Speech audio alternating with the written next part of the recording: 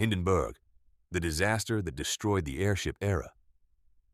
On May 6, 1937, thousands of people gathered near Lakehurst Air Force Base in the United States. They awaited the arrival of the largest aircraft of its time, the Hindenburg.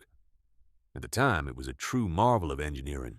It was 245 meters long, longer than many modern airliners. Inside there were cabins, a restaurant, lounges, and even a grand piano. For many passengers, a flight in the Hindenburg was a symbol of luxury and the future.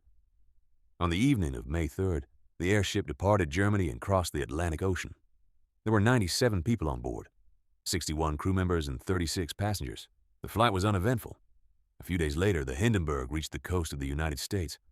Captain Max Pruss even flew the airship close to New York City, allowing passengers to enjoy the views of the city.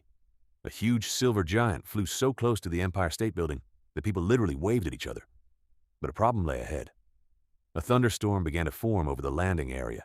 Airbase management recommended temporarily postponing the landing. The airship circled in the air for several hours, waiting for the weather to improve. Only in the evening did the crew receive clearance to land. Everything seemed perfectly normal.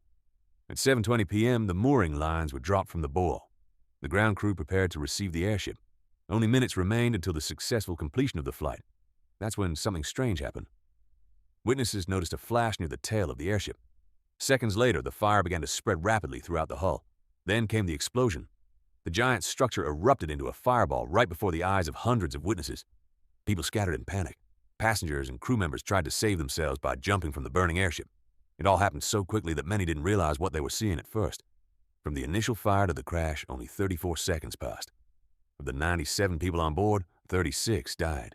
The tragedy shocked the entire world. Newspapers devoted front-page coverage to the disaster.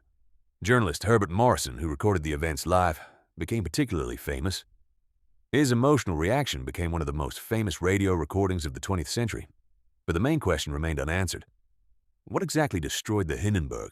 When the official investigation concluded that a hydrogen leak had occurred.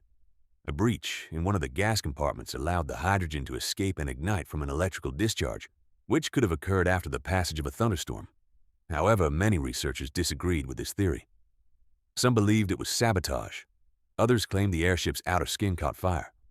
There are even theories about a technical error by the crew during landing. Despite decades of research, the debate continues, but the consequences were immediately obvious. After the disaster, confidence in passenger airships plummeted. Airlines began relying on airplanes, which were becoming faster and more reliable. Many historians believe that the fiery destruction of the Hindenburg marked the end of the era of giant passenger airships.